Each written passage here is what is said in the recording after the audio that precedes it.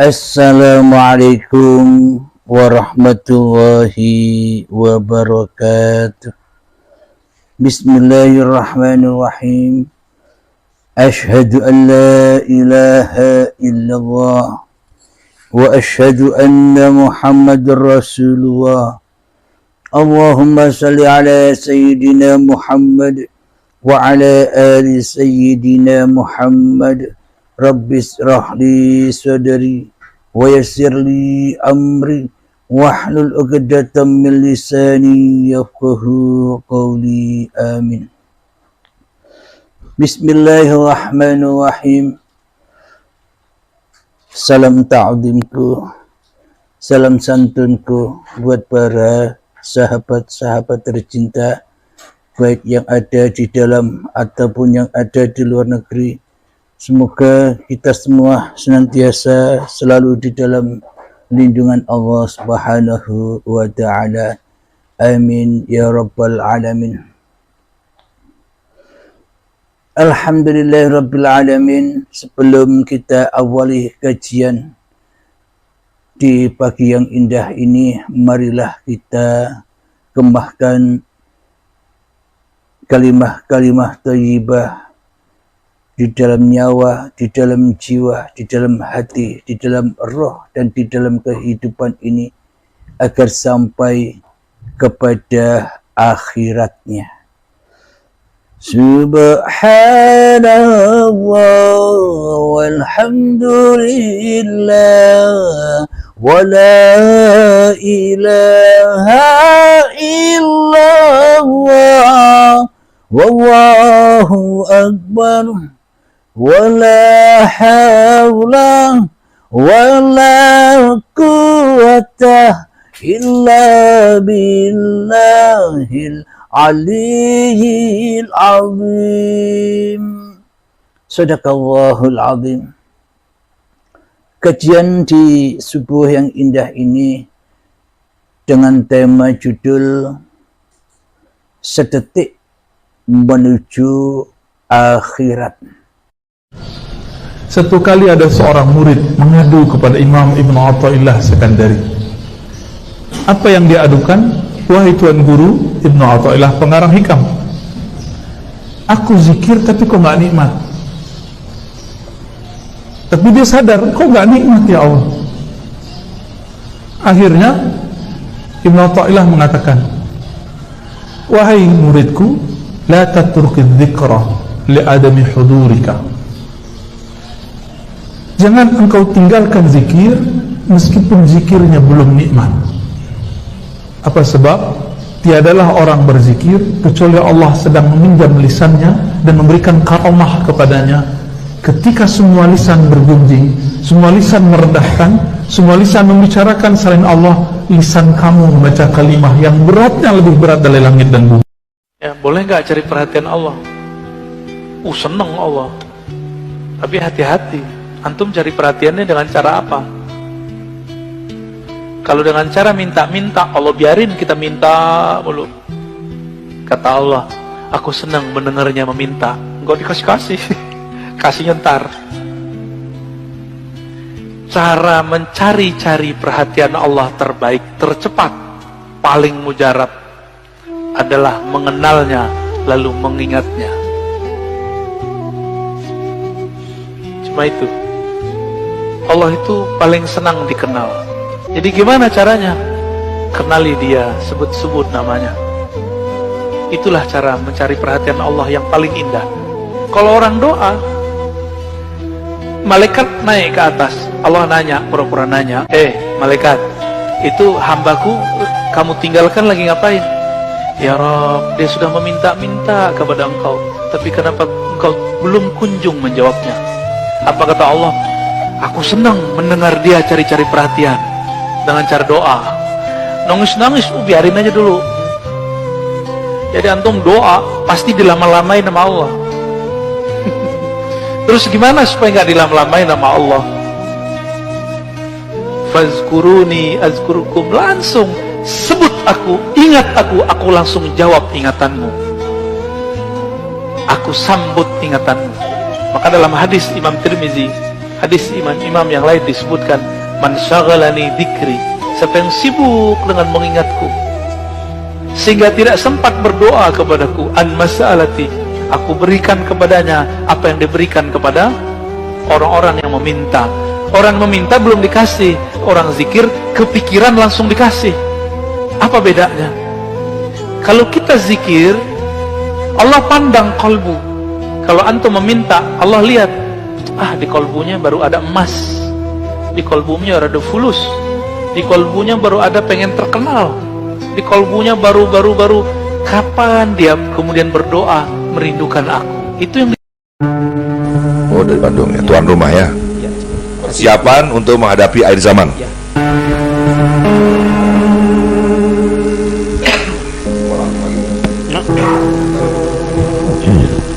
Senjata akhir zaman. Tidak cukup iman biasa, nggak cukup pengetahuan biasa. Kan pengetahuan kita selama ini baru di syariat. Ya, syariat. Harus hijrah ke thariqat, harus hijrah ke hakikat. Nanti disempurnakan Allah ma'rifat. Ma'rifat apa nih? Ma'rifatur ruh. Ma'rifat ruh, mengenal ruh, bukan hanya jiwa. Ma'rifatun nafs, bukan hanya kolbu, tapi sudah sampai kepada ma'rifat ruh.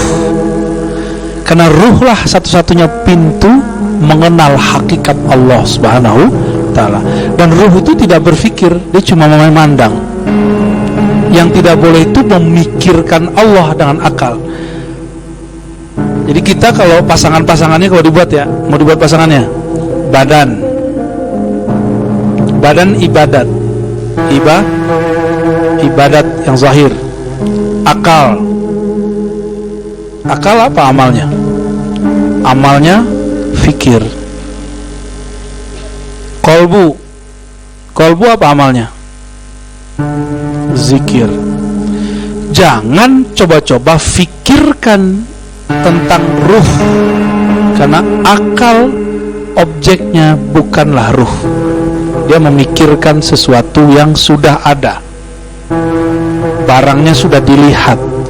Kalau belum lihat dia nggak ngerti. Maka ada nama ruh, ya.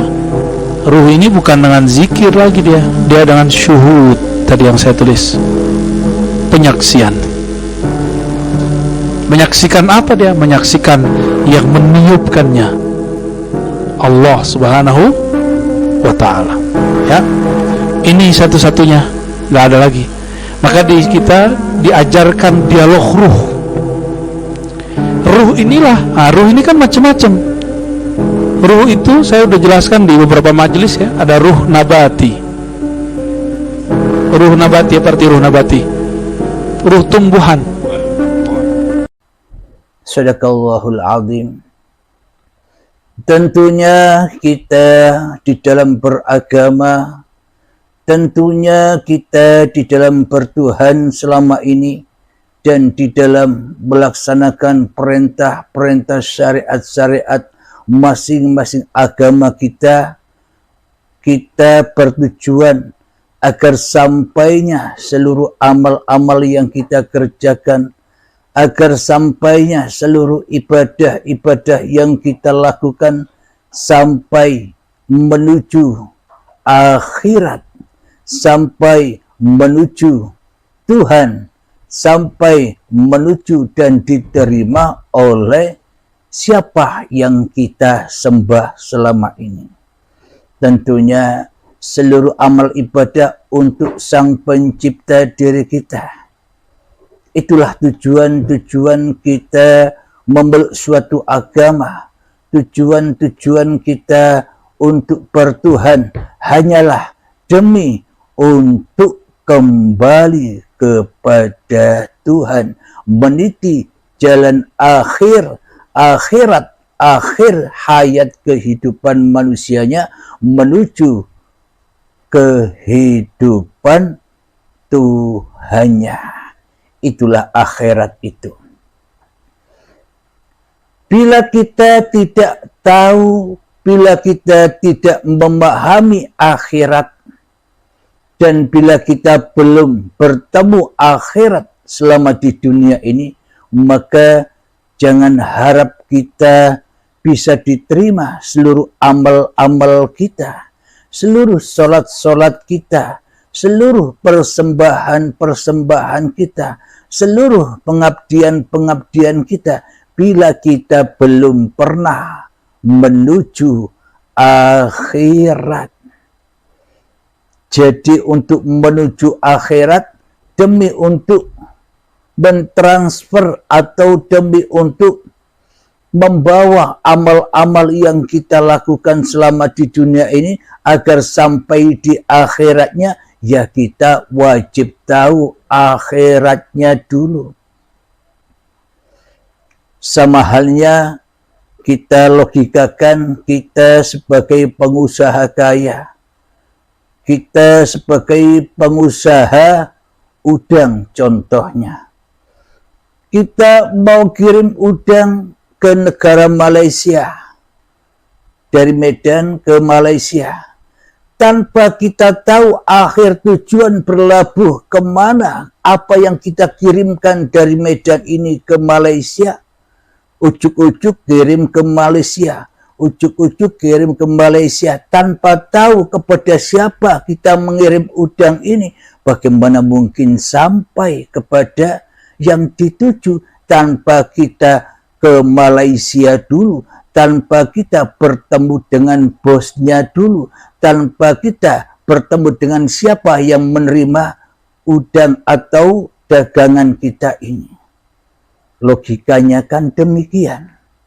Kita selama ini ibadah, kita selama ini sholat, kita selama ini zikiran, kita selama ini sholawatan, kita selama ini ngaji, apapun yang kita kerjakan yang dikatakan ibadah di dalam syariat-syariat itu kan kita membutuhkan pajak-pajak, memajaki Allah, berharap-harap dapat keuntungan, berharap-harap mendapatkan pahala, berharap-harap mendapatkan kesuksesan-kesuksesan dunia, berharap-harap agar mendapatkan apapun yang kita cita-citakan, apapun yang kita inginkan dengan ibadah-ibadah itu.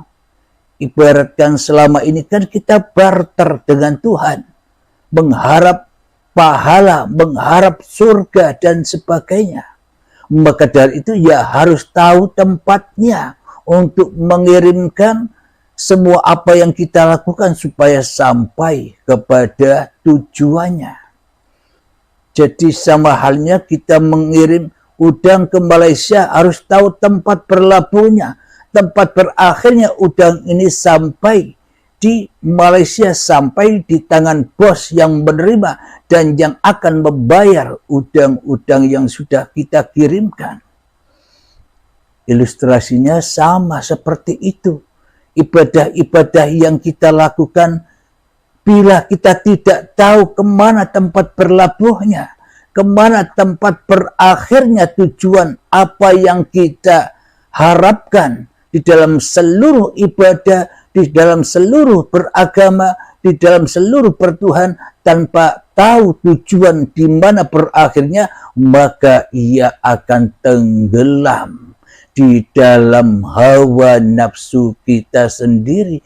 Diaku-akuinya lah ibadah ini milikku, diaku-akuinya lah sholat-sholat ini milikku, diakuinya lah apapun yang kita kerjakan, sholawatan, baca Al-Quran, menghafal Al-Quran dan sebagainya, diaku-akui milik manusianya. Maka semuanya berakhir kandas di dalam lautan manusianya, kandas di dalam neraka. Karena kita tidak tahu atau karena kita tidak melewati siratal mustaqim. Karena tidak berhasil melewati siratal mustaqim, ibadah-ibadah yang kita lakukan maka hancur lebur, dibakar di neraka jahanam, yakni ya muspro atau sia-sia, tanpa kita tahu di mana tempat berakhirnya semua amal-amal yang kita lakukan. Semua ini dan selama ini kita hanya melakukan semua itu untuk memuaskan hawa nafsu kita sendiri saja, untuk ujub, untuk menunjukkan kepada manusia lain bahwa kita ini ahli ibadah, untuk menunjukkan kepada manusia lain supaya manusia melihat bahwa kita ini pintar, cerdas dan sebagainya, berilmu dan sebagainya. Semuanya berakhir kepada hawa nafsu kita sendiri. Bagaimana mungkin semua yang kita lakukan, amal yang kita kerjakan sejak detik-detik akil balik tiba dulu sampai sekarang, bagaimana mungkin diterima oleh Allah? Allahnya saja tidak tahu, Allahnya saja gaib, Allahnya saja tidak hadir, Allahnya saja tidak wujud. Bagaimana mungkin sampai seluruh amal-amal yang kita kerjakan? Jadi logikanya kan demikian. Bila kita beribadah, kita bila sholat hanya mengandalkan halusinasi saja, hanya mengandalkan angan-angan wae, hanya mengandalkan bayangan-bayangan saja, ya semuanya hancur di dalam bayangan-bayangan kita sendiri. Karena apa yang kita lakukan masih terbayang-bayangi oleh diri manusia kita yang mengerjakan. Karena di dalam hati kita masih terbayang-bayang apa yang kita lakukan, ibadah apapun yang kita lakukan masih terbayang-bayang kita sebagai Tuhan pelaku di dalam seluruh amal dan perbuatan yang kita kerjakan. Itulah yang disebut fahsya wal mungkar. Jadi apapun yang kita kerjakan penuh dengan kemungkaran. Apapun yang kita lakukan penuh dengan kesalahan. Dan apapun yang kita aktivitaskan selama ini di dalam kehidupan ini, semua itu adalah linas jatuh ke lembah syaitan yang merasa ada daripada mengadakan Tuhannya di hatinya, syaitan yang congkak, yang sombong, yang menggoibkan, yang mentiadakan, yang mematikan Tuhannya di dalam hatinya. Karena yang ada, karena yang wujud, karena yang hidup, karena yang berkuasa, dan karena yang bisa berapa-apa dan yang merasa bisa bersiapa-siapa, masih diri syaitannya di hatinya. Siapakah dia? Ya kita sendiri yang mentuhani apapun yang kita kerjakan. Hidup kita tuhani, badan kita tuhani, otomatis seluruh apa yang kita lakukan berakhir di akhirat jahanam. Akhiratnya iblis dan setan kumpul dengan mereka di dalamnya.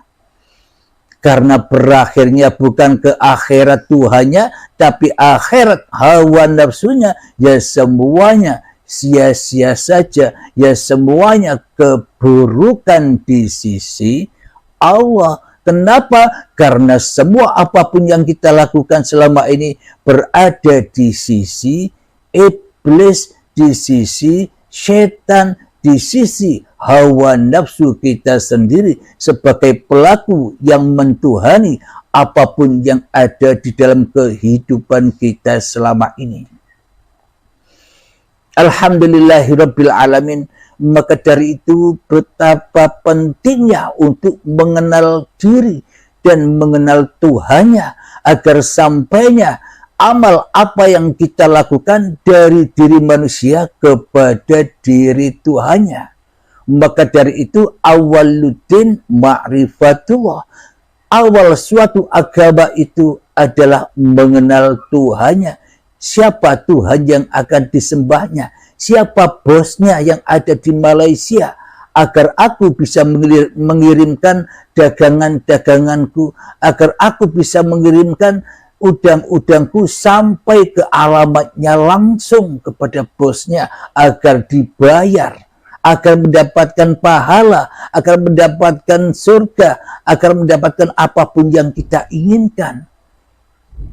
Tanpa kita tahu siapa yang kita sembah selama ini, mana mungkin bisa tersampaikan apa-apa yang kita persembahkan.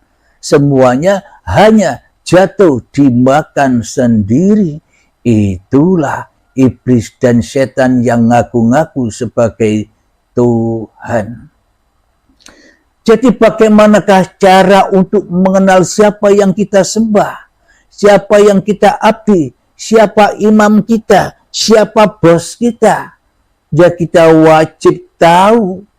Tahu apa? Man arafa nafsahu faqad arafa rabbahu.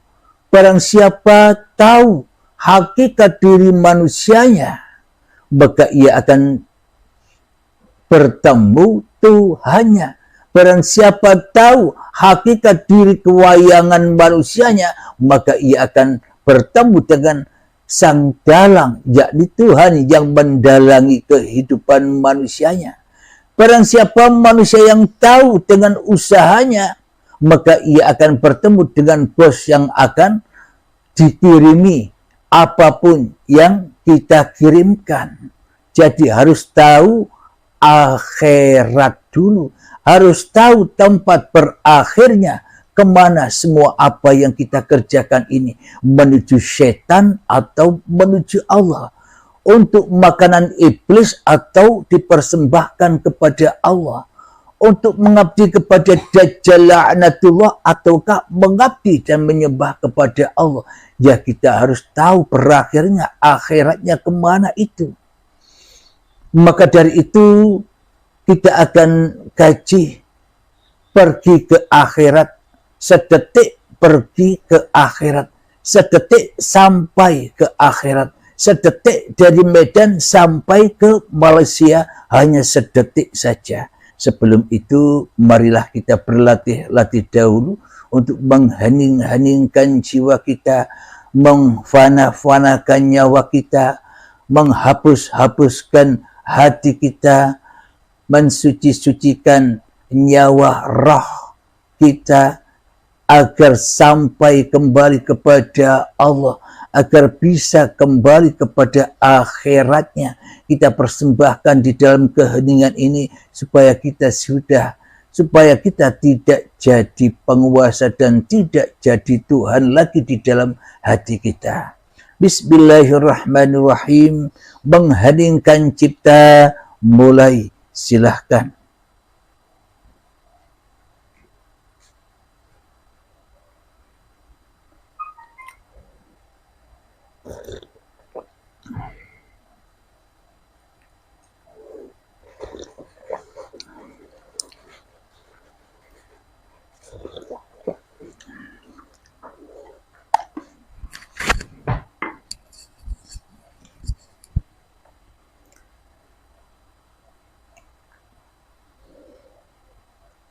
Alhamdulillahirabbil alamin. Mengheningkan cipta, selesai.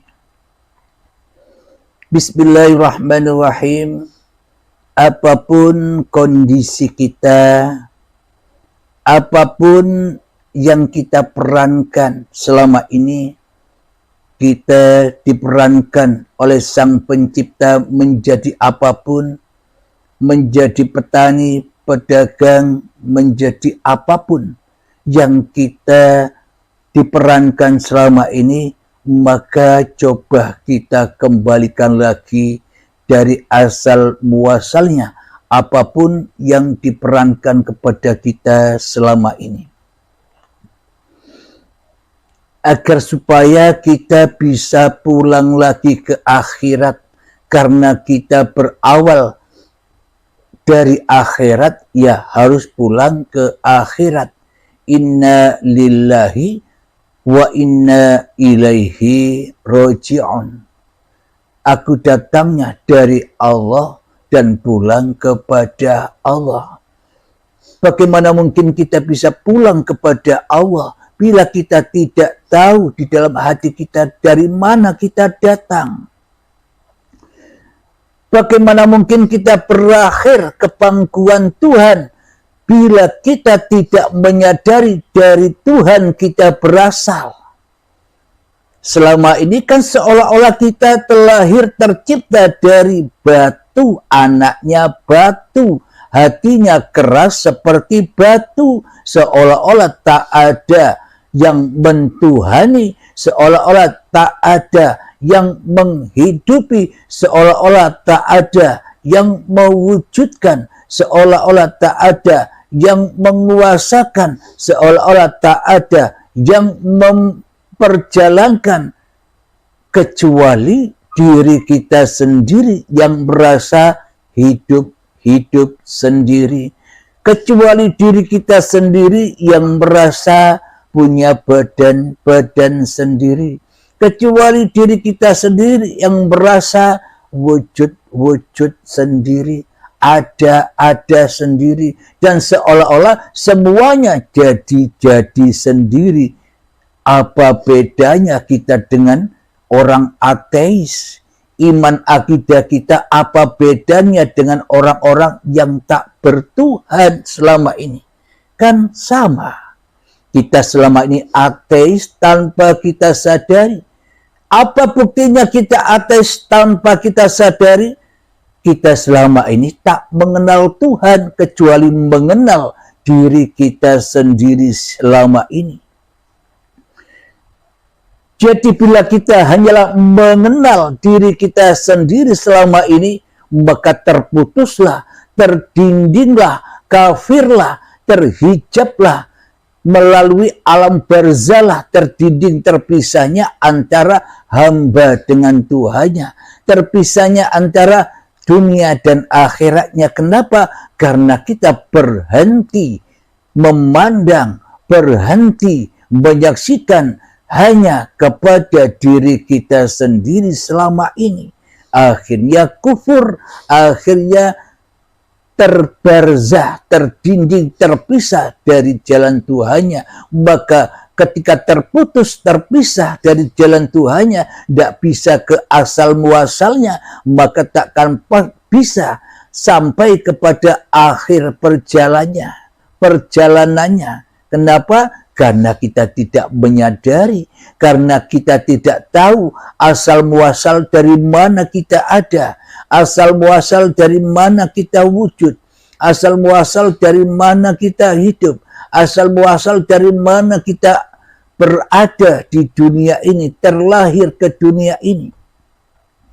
Bila mentok di dalam hati kita, pulangnya hanya pulang kepada diri manusianya, itulah yang disebut keburukan, itulah yang disebut dosa yang paling akbar, dosa yang paling besar. Kenapa? Karena kita tak mau pulang kepada asal usul kita demi untuk kita pulang ke akhirat kita. Jadi untuk berbekal sedetik menuju akhirat, sedetik menuju Tuhan, sedetik mi'raj kepada Tuhan, kita pun harus kembali sedetik pun. Sedetik juga kembali ke asal usul kita berada. Asal tak ada, kembali kepada tak ada. Asal tak wujud, kembali kepada tak wujud. Asal goib, kembali kepada goib.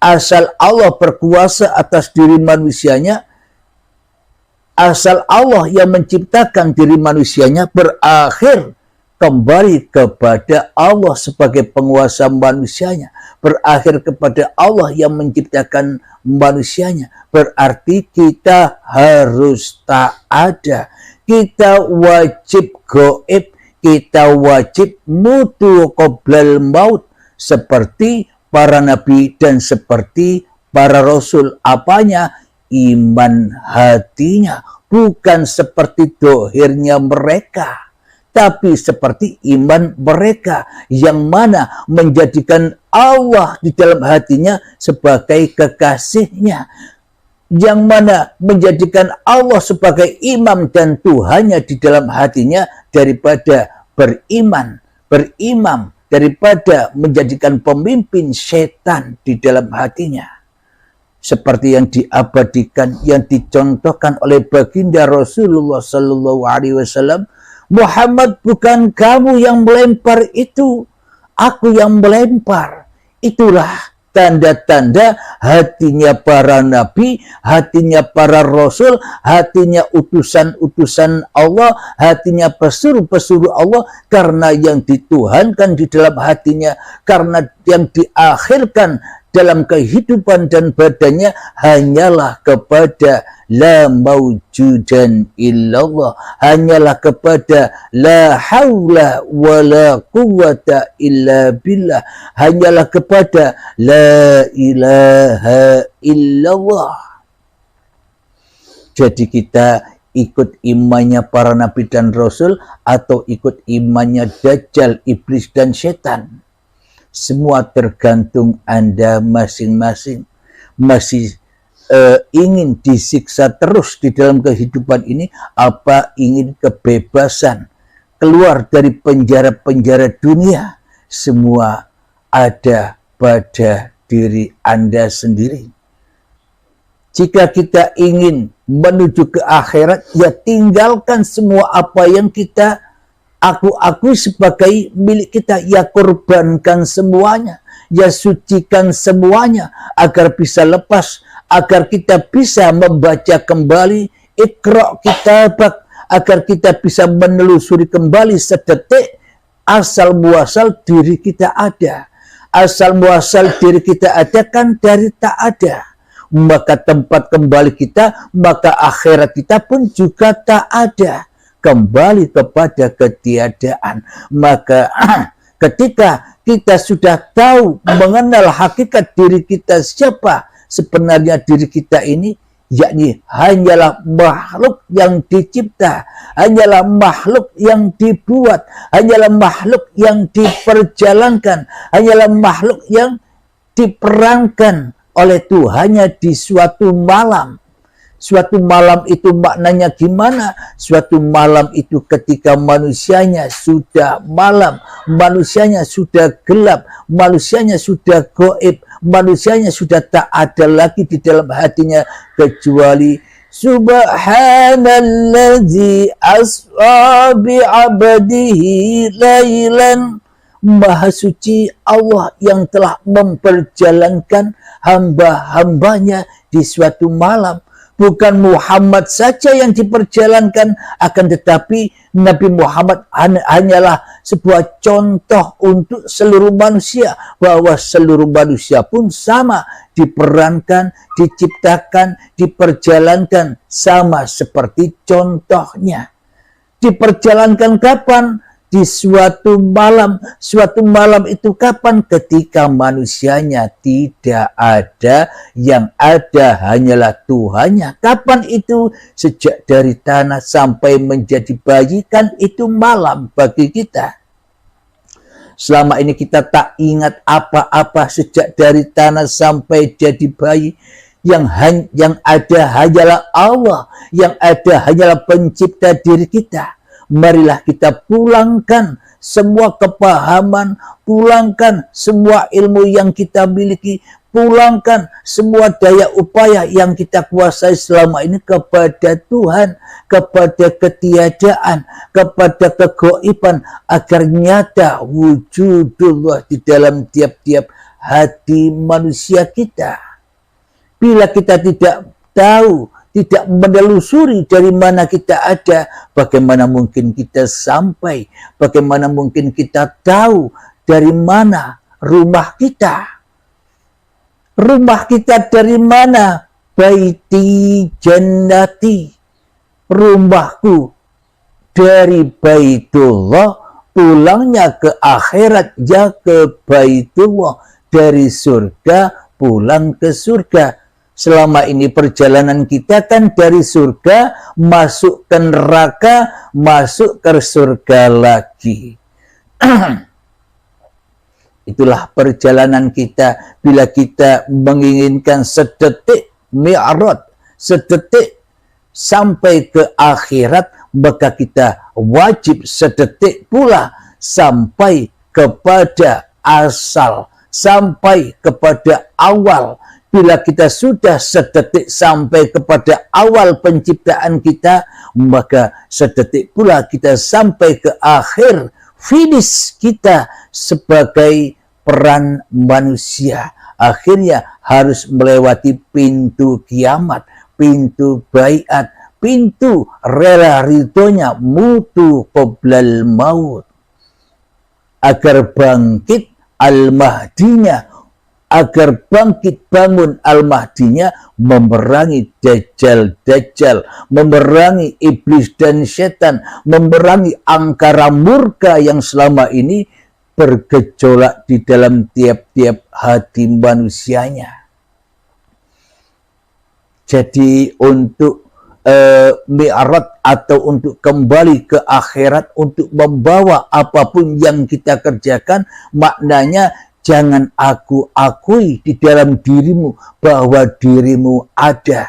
Jangan kau aku akui di dalam hatimu bahwa dirimu wujud. Jangan kau aku akui di dalam hatimu bahwa dirimu berkuasa atau hidup. Jangan kau aku akui semua apapun yang kau lakukan itu adalah kamu. Aku bukan apa dan bukan siapa. Aku tidak apa dan tidak siapa. Aku hanya peran diperankan Tuhanku yang menciptakan sejak dari tanah. Janin bayi itu perjalanan dulu, kini agendanya Tuhan. Resapi makna-makna ini. Resapi, resapi, resapi, dan resapi. Itulah jalan sedetik menuju awal dan sedetik menuju akhir, supaya apa yang terjadi dalam masing-masing diri manusia kita lillahi ta'ala, dari lillah kembali ke lillah, dari Tuhan kembali ke Tuhan, maka kosonglah, maka bersihlah, maka sucilah kemanusiaan kita dari diri manusia kita. Semoga ini semua, semoga pemaparan ini bermanfaat khususnya untuk diriku yang sama-sama belajar dengan sahabat-sahabatku, dan untuk kita semua. Semoga sahabat-sahabatku juga dimudahkan untuk melewati jalan ini. Kita bergandengan tangan untuk melawan, memberontak iblis dan setan yang selama ini berkuasa